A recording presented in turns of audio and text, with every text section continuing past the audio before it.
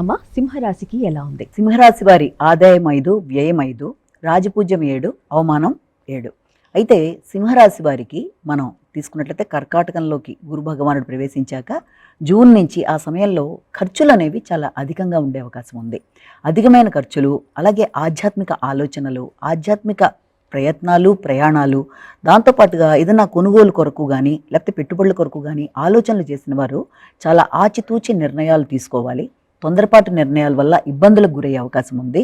ఆరోగ్యం మీద అంటే ఈ రోగనిరోధక శక్తిని పెంపొందించుకునే దిశగా ప్రయత్నాలు లాంటివి చేయాలి. నవంబర్ నుంచి జనవరి దాకా నడిచే సమయంలో దాదాపుగా జన్మరాశిలోకి ఎప్పుడైతే మిత్రక్షేత్రమైన గురుగ్రహం ప్రవేశించడం జరుగుతుందో ముఖ్యంగా ఆరోగ్య విషయంలో, వృత్తి విషయాల్లో తగిన జాగ్రత్తలతో ముందుకు వెళ్ళాలి. అంటే తీసుకునే నిర్ణయాల విషయంలో కానీ లేకపోతే ఏ రకమైన తొందరపాటు నిర్ణయాల్లోకి వెళ్లకుండా చాలా జాగ్రత్తలతో ముందుకు వెళ్ళాలి. ముఖ్యంగా సంతానం అభివృద్ధికరంగా ఉండే అవకాశం అనేది ఉంది. అలాగే ఉన్నత విద్య కొరకు ప్రయత్నం చేసేవాళ్ళు కానీ, ఆధ్యాత్మిక ఆలోచనలు చేసేవారు కానీ, తండ్రి యొక్క ఆరోగ్య విషయంలోనూ ఇవన్నీ అనుకూలంగా ఉన్నా ముఖ్యంగా వృత్తికి సంబంధించిన విషయాలలో ఈ యొక్క ముఖ్యమైన సమయాల్లో నవంబర్, డిసెంబర్, జనవరి సమయంలో ఆరోగ్యం, దానితో పాటుగా ఈ యొక్క వృత్తి, వీటికి సంబంధించి తగిన జాగ్రత్తలతో ముందుకు వెళ్ళాలి. ఆ సమయంలో సంతాన అభివృద్ధి అనుకూలంగానే ఉంటుంది.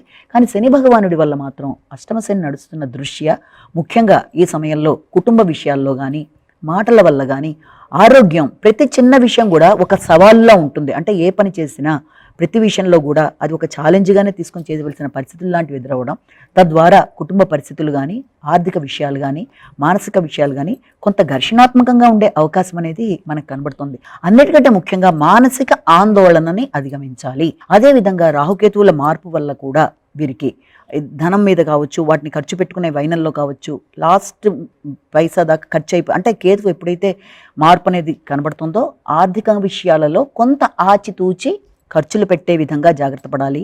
అయితే వీరికి చేయవలసిన పరిహారాల్లో భాగంగా తీసుకున్నా కూడా ముఖ్యంగా వీరికి అనుకూలతనిచ్చేది ఏంటి అంటే హనుమాన్ చాలీసా అనేది వీళ్ళు రెగ్యులర్గా చేసుకోవడంటే చాలా మంచి ఫలితాలు ఏర్పడతాయి. హనుమాన్ చాలీసాతో పాటుగా వీరికి ప్రత్యేకంగా వారు చేసుకున్నా విన్నా ఆదిత్య హృదయ పారాయణ అనేది చాలా విశేషంగా వీళ్ళకి అనుకూలతని ఇస్తుంది కనుక, అది విన్నా కూడా మంచి ఫలితాన్ని ఇస్తుంది కనుక, చేసుకున్నా మంచి ఫలితమే కనుక వీలైతే అది చేసుకోవడం. అలాగే శని భగవానుడికి సంబంధించి ఏదైనా శ్లోకాలు చేసుకోగలిగినా అది అనుకూలతనే ఇస్తుంది. అంతేకాకుండా ముఖ్యంగా పేదలకు అంటే ఎప్పుడైతే శని భగవానుడితో ఇబ్బందులు పడుతున్నారో తగిన విధంగా అంటే పేదలకు ఏదైనా అన్నదానాలు లాంటివి చేయడం, లేకపోతే ఏదైనా వృద్ధాశ్రమాల్లో వ్యక్తులకి సహకారాన్ని అందించడం మొదలైనవి చేయగలిగిన స్థాయిలో చేస్తూ ముందుకు వెళ్ళినట్లయితే సమస్యల్ని అధిగమించడానికి అవకాశం కనబడుతుంది.